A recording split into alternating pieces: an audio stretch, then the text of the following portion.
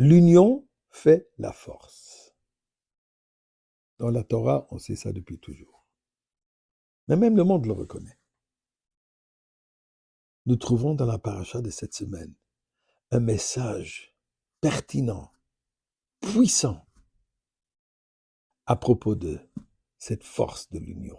Mais avant d'en discuter, disons ensemble le chapitre 100 de Tilim pour remercier Akadosh Baruch Hu, pour remercier Dieu pour toutes les bonnes choses qu'il nous fait personnellement, la communauté, le monde entier, et certainement, bien sûr, la Goula imminente.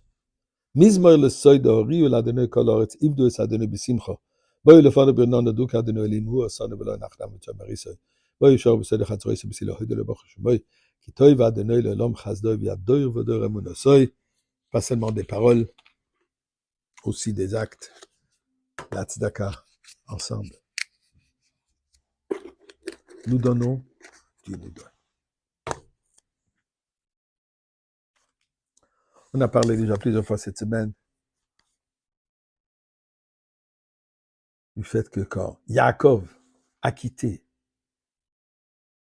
sa maison paternelle, maternelle, pour aller chez son oncle, futur beau-père, marié Rachel et Léa, Léa et Rachel. En chemin, il s'arrête sur la montagne où le Beth Amikdash était et sera reconstruit. Et là, il se repose. Il rêve. Fameuse rêve. L'échelle qui unifie ciel et terre et ciel. Il voit les anges qui montent et qui descendent. Il comprend le message. Le message que Yaakov Avinu y voit ici, que sa mission n'est pas seulement de mener une vie honorable, une vie telle que il a appris chez ses grands-parents et chez ses parents. Mais il doit réaliser un pas plus loin encore. Non seulement que la reconnaissance de la présence divine, mais d'unifier, de fusionner terre et ciel. Que terre devienne imprégnée par cette réalité divine. Que chaque objet physique, comme on en a parlé hier, devienne imprégné avec la spiritualité et devient un autre objet, devient un objet sacré. Yaakov réalise, il est dans un moment difficile. Il se trouve dans le désert, un désert spirituel, ainsi qu'un désert physique. Nous dit le passage qu'il a pris 12 pierres qu'il met autour de sa tête et autour de son torse pour se protéger. Se protéger de quoi? Juste des dangers du désert. Et je tiens à vous dire, je crois que vous serez d'accord avec moi, que un lion, un serpent qui vient chatouiller les orteils n'est pas si agréable que ça. Le fait qu'il ait protégé sa tête et sa partie supérieure du corps ne le protège pas des dangers. Mais de quel danger il réalise? Quel danger veut se protéger? Yaakov ici que c'est une mission pas seulement à lui accomplir, mais c'est son futur, comme on a dit au Faradsta, son futur, tes générations futures devront accomplir cela.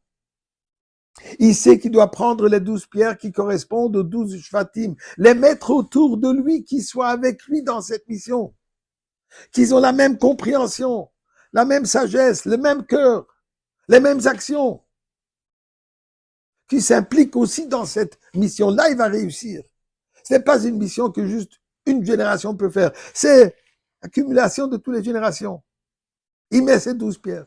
Mais là, il dit, Manora Hamakom Hazeh, c'est un endroit effrayant. De quoi il s'est effrayé? Nous dit les Chachamim. Nous disent les Chachamim. Il a entendu comme ces 12 pierres, ces 12 tribus se disputent entre eux. Et chacun prétend, Alay Yaniach Tzadik et Rosho. Que le Tzadik pose sa tête sur moi. Ça veut dire quoi? Moi, j'ai le bon chemin. C'est mon opinion qui est valable. Et toutes les autres opinions ne sont pas valables. Yaakov se dit, c'est un échec. Je ne vais pas réussir dans ma mission. Mais là, le matin, il se réveille.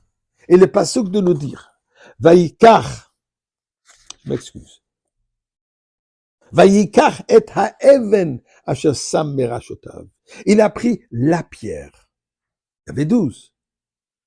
Le chachamim de nous dire un miracle s'est avéré. Toutes les 12 pierres se sont unifiées. Quand Yaakov Avinu voit comme les 12 pierres se sont unifiées, comme ils ont tous reconnu qu'on dépend un de l'autre, qu'on a besoin un de l'autre, chacun avec sa manière fusionne avec la façon de penser et de sentir que l'autre a. Là, il dit, je vais réussir. Il a mis l'huile pour un qui? Quoi? L'huile de Mashiach. Mashiach, loin, avec l'unification de nous tous. On peut avoir d'autres opinions, mais se respecter et s'apprécier. C'est de cette manière qu'Yaakov va réussir et aujourd'hui nous aurons Mashiach.